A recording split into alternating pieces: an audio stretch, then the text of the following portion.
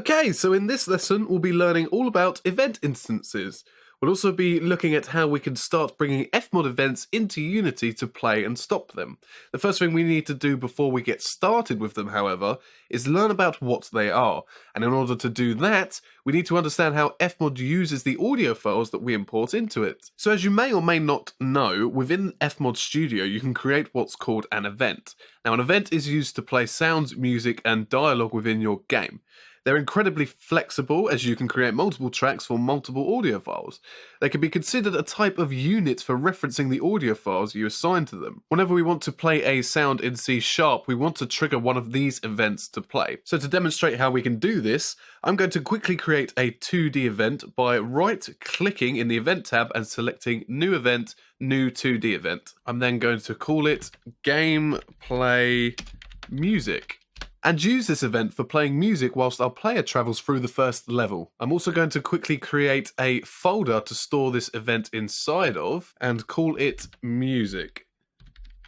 Now we'll talk more about the difference between 2D and 3D events in a future video, so for now don't worry too much about them. So let's grab an audio file to try this event out with. Now to access all of the audio we've imported into FMOD, we can hit Ctrl+3 on our keyboard if you're using a PC, or Command+3 on a Mac. This opens up the audio bin, a window which allows us to access and import raw audio files into our FMOD project, which we can easily do by dragging a file from our folder explorer on our computer into this window. Now with my event selected, I'm going to drag a file from the audio bin into my event. Now we can quickly test to hear our event play the music by pressing the spacebar or clicking the play button at the top of the event. We're also going to make this event loop so that it continuously plays in our game by right-clicking the little black area here, selecting Add Loop Region, and then stretching it out to cover the whole audio region. We're almost ready to play this event in Unity, but first we need to assign it to a bank. Now a bank is basically a file which will be stored inside of our game's files. They contain the data of all of our events and how the audio within them should be played back in our game. You can create multiple banks for different events and purposes, but for now I'm going to assign this event straight into the master bank, just like that. We now need to update the sound bank file we have saved within Unity's assets folder by going to the File tab at the top and clicking Build Bank, or alternatively by pressing F7 on the keyboard. So to understand how our audio is accessed in Unity and by our game, we load a particular sound bank file, playing one of the events we have assigned to that bank file, then by extension, we'll be playing the audio within that event. To get a better understanding of how these files work, we'll be looking at them in more detail in the sound banks lesson in Module 4. Now that we have an event all set up in FMOD, let's look at how we might trigger it in Unity. Now for most of this course, we're going to be working inside the first level of this game. So if we click on the Project tab, we need to make our way to it by clicking the 3D Game Kit folder, then going to Scenes, Gameplay, and selecting Level 1. Once Level 1 has loaded, we're going to create an empty game object, which is a game object that has no components attached to it. Then with it selected, we're going to come to the Inspector tab and we're going to call it Music Object. Then let's create a new script for this game object and use it to play our music. First, in our Projects tab, we're going to go back to the Assets folder, and we're going to want to decide where amongst the game's files our scripts are going to be stored. Now, for organizational purposes, I'd recommend navigating your way to the 3D Game Kit, Scripts, and then creating a new folder and calling it FMOD. Once inside the folder, we're then going to create a new C# script, and we're going to call it Music Player, all one word. Then once you've created your script, you're going to want to wait for it to compile, which as we know is indicated by the little spiral in the bottom right corner of Unity. Once it's finished compiling, let's select our music object, drag the script onto it to attach it as a component, then we can right click it, Select Edit Script, and we can open it in our script editor. So now that we're inside our script, the first thing we need to do to reference our FMOD event in C# is create what is called an event instance. Now we can think of these instances like copies of our event. The more we create, the more copies of our music event we can play back in Unity. But we'll only need to create one to play in this example. So like we did in our C# lessons, we want to start by creating a variable to store our event instance inside of to be called when needed. We do this by making some space inside our class, then writing FMOD, all in capital letters, dot studio with a capital S, dot event instance, followed by a space and a name, such as music instance, or INST for short. Then just end it with a semicolon. Now this variable is obviously very different from the ones we've been creating so far. As opposed to writing out one keyword such as int or bool, we've written multiple words and separated them with a dot. Now these dots are called dot operators, and to put it simply, we use them when we want to access some specific information or do something specific to whatever precedes the dot. For example, if we wanted to access a float variable that was created within another script's main class, we'd write the class name followed by a dot, then the name of the float variable we were after. Now for now, we're going to treat all of this as if it were one whole word or entity in order to familiarize ourselves with how to use it.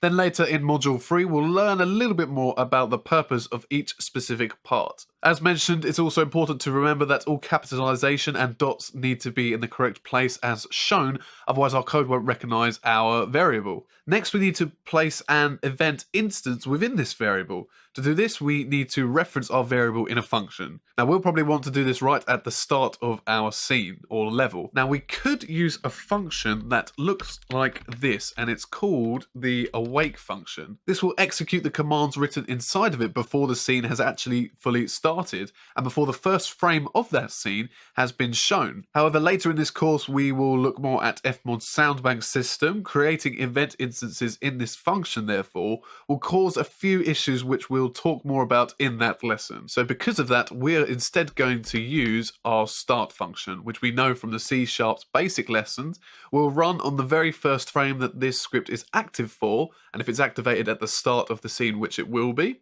it will run on the very first frame of the scene. So let's reference our variable by writing its name, music inst, then follow it up with the equals operator, and then follow that up by writing fmod unity altogether dot runtime manager dot create instance, followed by 2 brackets and a semicolon. Now again, just like with the event instance variable we created earlier, we're going to treat all of this as one entity. Now on its own, this line won't do anything because we haven't told it which event we want to create an instance of. Now to do this, we need to create what's called an event path for our instance to find our event with. Now if we quickly go back into FMOD and take a look at how we organized our event tab, we can see we placed the gameplay music event in the music folder. So by opening this folder, we gain access to that event. Well, the location of the event within this folder and any others we might file them both into is our event path, and we need to write it out for our instance to find. We do this by going back to our script and writing the path within these empty brackets. We start by writing in quotation marks to make it a string event :/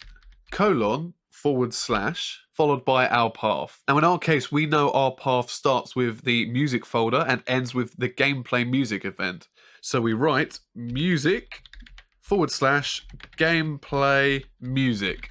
And now we have an event instance inside a variable which we can call whenever we want to play our event. Now another way of discovering our event path is by going into Unity, clicking on the FMOD tab at the top, and then going to the event browser option and then finding our event we want here. So for example, we would select events, the music folder, and the gameplay music event. Now not only will this show us what the event path looks like, also give us the ability to test what our event will sound like, but it also gives us the option to quickly copy the event path by pressing this button here. Then we can simply go back to our script and inside the brackets we can paste it in with Control V on PC or Command V on Mac. Now don't forget to add quotation marks either side so that we can pass this through as string data. Another quick way to access our event path is by storing it in a string variable. To do this, we must first create a public string variable. So at the top, let's write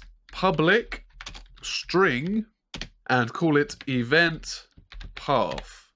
Once we've done this, we then need to replace this string here with the variable we just created. So let's write its name, event path. Next, we need to add a specific attribute above it that allows us to use string variables to find FMOD event paths in the Unity Inspector tab. And we do this by writing above it in squared brackets, FMOD Unity dot event ref. We then need to save our script with Control or Command S, turn to Unity, close this tab here, and now that our script is compiled, you'll notice that the variable is serialized, but you'll also notice that we get a few buttons to use with it. This is thanks to that attribute we added. It allows us to search through our event browser directly to find our event path. This is great, for example, if you wanted to use the same code on multiple game objects, but wanted to trigger different FMOD events as you choose a different event path for each game object. So in our case, we can click the search button here. We can go through our events folder, our music folder, and find the gameplay music event we want to play. Alternatively, instead of using the event's path to locate it, we could use its GUID code, otherwise known as a Global Unique Identifier, or GUID for short. Every time you create a new event in FMOD, it will be assigned a GUID, which we can use to access it in our scripts, which helps identify events better if, for example, two events are given the same name and therefore the same event path. Now, to access an event's GUID, simply right-click it in our Events tab to bring up the event's context menu and select Copy GUID. Then when creating an instance, you simply paste the GUID into the brackets as a string, like so. Also, again, remember, because it's a string, we need to add quotation marks either side of it. Now, as well as events, nearly most objects within FMOD we'll encounter in this course have their own GUID for us to identify them with. So in your project, it's up to you which you choose to use. I'm actually going to continue using the event path in this example and accessing it through the string variable we created earlier. Okay, so now that we have an instance of our event stored inside a variable, we can tell it to play our event. And the first thing I'm going to do to demonstrate this is to reference our variable named music instance in our start function again. So let's write music instance. This means we'll hear the event play on the first frame the game runs for. And to actually tell Unity to play our FMOD event, we simply write dot followed by start and two empty brackets and a semicolon. And it's as easy as that. If we now save our script, jump back into Unity, wait for our script to compile itself, and then play our scene, we then hear the music as soon as the first frame is rendered. It's important to note that if we were to command our instance to start whilst it was already playing an event, the event would simply start again from the beginning. Okay, now that we know how to start an event, we're going to need to know how to stop it from playing as well. First, we need to decide when it's going to stop. Now, because in this example, I only want this music to play whilst my player is on this level, I can use another function called onDestroy to stop our event from playing once the level ends. So to write that, you simply write void onDestroy with two parameter brackets and a body. Now this function is executed whenever either the game or the current scene we're in ends. It's also called if the object that contains the script calling the onDestroy function is destroyed as well. Luckily for us, unless it's told otherwise, Unity will destroy all objects within a scene whenever it's told to load into a new one. So all we have to do is tell our script to stop our event when this game object is destroyed by using this function. Now you might think we can just do the same thing we did to start our event by writing .stop instead of .stop in the onDestroy function, just like this. And you'd be partially right, however FMOD's API requires a little bit more information before we can stop an event. By the way, when we mention FMOD's API stands for Application Programming Interface, and in this context, we're simply referring to the code that was written by the FMOD developers in C# that allows our scripts to use events and audio from our FMOD project. The fmod.studio.event instance, for example, is a part of FMOD's API and would not be recognized by Unity if we hadn't added our integration package to this project at the beginning of this course. Unity actually has its own API for C#, but I digress. So going back to the stop command, we first need to call the stop mode command in the two brackets by writing fmod.studio.stop_mode, all in capital letters. Now in this context, I'm using the word command as a general term to refer to any line of code that FMOD's API provides us with, such as this one, and I'll continue to do so in later lessons. Just like the event instance variable, this is to simplify them for now so that you can quickly start using them yourself without being too confused by how they work, something we'll discuss more in Module 3. Now notice how the words stop and mode have been highlighted yellow by Visual Studio here. This is because stop mode is actually what's known as an enum or enumerator rather than a command. But for now, you don't need to worry about what an enum is, and we'll talk more about it in a future lesson. Okay, so next we have the option of choosing whether or not we want to tell our event to stop immediately or to let it fade out depending on any effects or modulation we have added to the event within FMOD. If we wanted to choose immediately, we'd write in all caps .immediate, just like that. If we chose to fade it out, however, we'd write in all caps .allow fade out. Now I'm going to fade mine out, so I'll leave my script as it is, but I'm going to need to jump back into FMOD and use FMOD's AHDSR modulator to tell my event to fade out. Now to do this, we simply right click on the master track's volume dial, choose modulation, AHDSR, and we can then choose how long our event will take to fade in and out by adjusting the time of the attack and release respectively. So I'm going to give it an attack of 1.5 seconds or near enough, and the release of 750 milliseconds. Let's then save our FMOD project with Control S. Press F7 to build our banks, jump back into our script and hit Control S to save that, and then finally jump back into Unity to test our level. So now we can hear our music fade in, but to hear it stop, we're going to need to finish this level. So I'm going to work my way to the end and show you what it sounds like when it happens. Here we are at the end of the level. All I need to do to finish it is walk through this portal. Now in the 3D game kit, this portal has a script attached to it that detects when the player has walked into it, and will then load the next scene or level when they do. This will load all the data it needs for the next level, and once it's finished, it will delete all the game objects it doesn't need in this level, including our game object, which should stop the music and fade it out. And there we go, it works perfectly. The last command you'll want to use with your event instances is the .release command. This is a command used to destroy the instance we created once we no longer need it. If we only created instances and never destroyed them, we may end up with lots of instances loaded into our game not being used, which could negatively affect our game's performance. So to prevent this from happening, we reference our variable containing our event instance and then follow it with .release and 2 brackets. Now if we call this command after our event has played, like I have done here, or when it's not playing at all, it will instantly destroy the instance, meaning we'd have to create a new one if we wanted to play the event again. If, however, we called it whilst the event was still playing, such as after the start command, it will wait till the event is finished or till it has been told to stop, and then destroy the instance to prevent the event from being interrupted, which is what I want mine to do. So by placing it after we tell the event to start in the start function, our .release command will be called after the event has started playing. And we can test to see if this has worked by using FMOD's Profiler, a tool used to measure the performance and balance of our audio. First I'm going to save this script again and jump back into the game and play it. Now that the game is running, I'm going to move over to FMOD and open the Profiler by clicking Window, Profiler. Now that we're in the Profiler, I'm going to connect it to my game by going down to where it says Live Update, clicking on it, and choosing the IP address of the computer the game is running on. And because we're running the game on the same computer as our FMOD project, we could just leave it as localhost and we'll be connected to it. So let's click connect.